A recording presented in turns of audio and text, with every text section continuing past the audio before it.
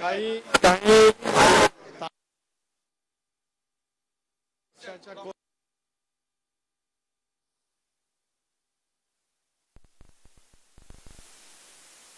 ती जागा रिक्त झाल्याच्या नंतर मे महिन्यामध्ये आसपास निवडणूक लागेल त्यावेळेला इतर नामांचा विचार त्यावेळेला आम्ही करणार आहोत।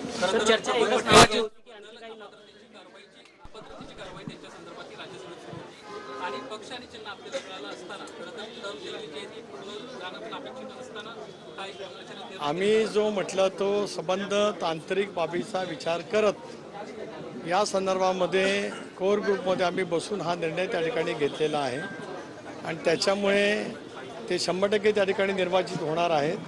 ते निर्वाचित झाल्याच्या नंतर त्यांचा काही दिवसातच किंवा ते निवडणूक झाल्यानंतर ते ताबडतोब त्या ठिकाणी राजीनामा देतील आणि मग ती जी काय पोटनिवडणूक लागेल ती राष्ट्रवादी काँग्रेस पक्ष लढवेल। त्याच्यासाठी जी संमती भारतीय जनता पक्षाची आणि आदरणीय शिंदे साहेबांची घ्यायची आहे ती सुद्धा आम्ही त्या ठिकाणी घेतलेली आहे।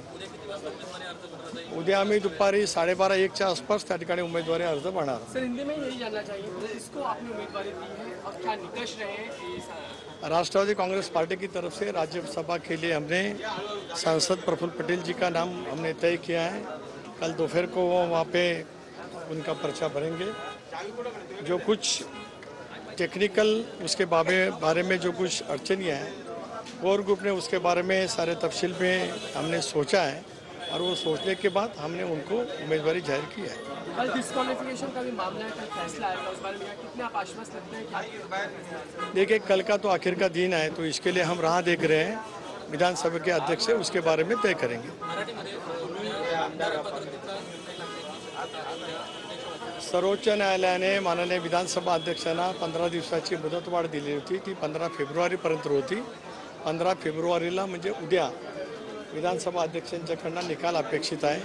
युक्तिवादाच्या संदर्भामध्ये जे काय आमची बाजू कायदेशीरदृष्ट्या मांडायची होती, वैधानिकदृष्ट्या आम्हाला जी काय मांडायची होती ती आम्ही त्या ठिकाणी मांडलेली आहे। पाहूया आता उद्या विधानसभा अध्यक्ष या संदर्भात निकाल देतील। तुम्ही तांत्रिक गोष्टींचा उल्लेख आपला केला, पण साधारण अपात्रता सोडता असे कोणते मुद्दे तुम्हाला वाटतात की ज्या अनुषंगाने तुम्ही प्रफुल्ल पटेल यांचं नाव? आम्ही आता सांगितलं त्या मुद्द्याभोवतीच अनेक गोष्टी असल्यामुळे त्याच्यापेक्षा जास्ती या ठिकाणी विस्ताराने मी काय सांगू इच्छित नाही। सर, पक्षामध्ये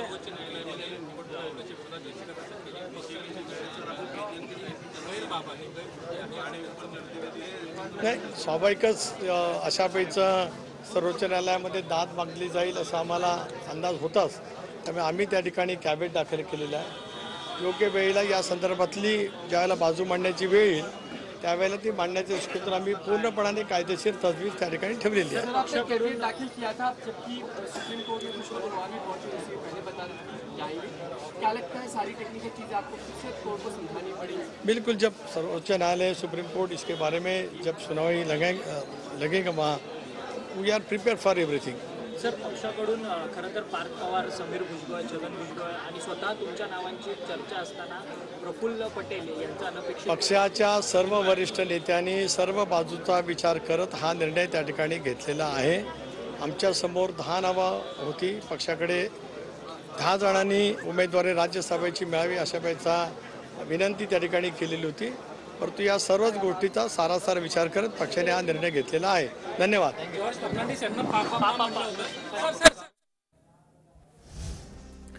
आपण बघतोय प्रफुल्ल पटेल हे राष्ट्रवादी काँग्रेसचे राज्यसभेचे उमेदवार जाहीर करण्यात आले। सध्याच्या खासदारकीचा राजीनामा देऊन उद्या उमेदवारी अर्ज ते राज्यसभेसाठी भरतील। सुनील तटकरे यांनी प्रफुल्ल पटेल यांच्या नावाची घोषणा केलेली आहे। आपण बघतोय मागच्या काही दिवसांपासून राष्ट्रवादीचा उमेदवार निश्चित होत नव्हता, मात्र अखेर नाव निश्चित झालेलं आहे।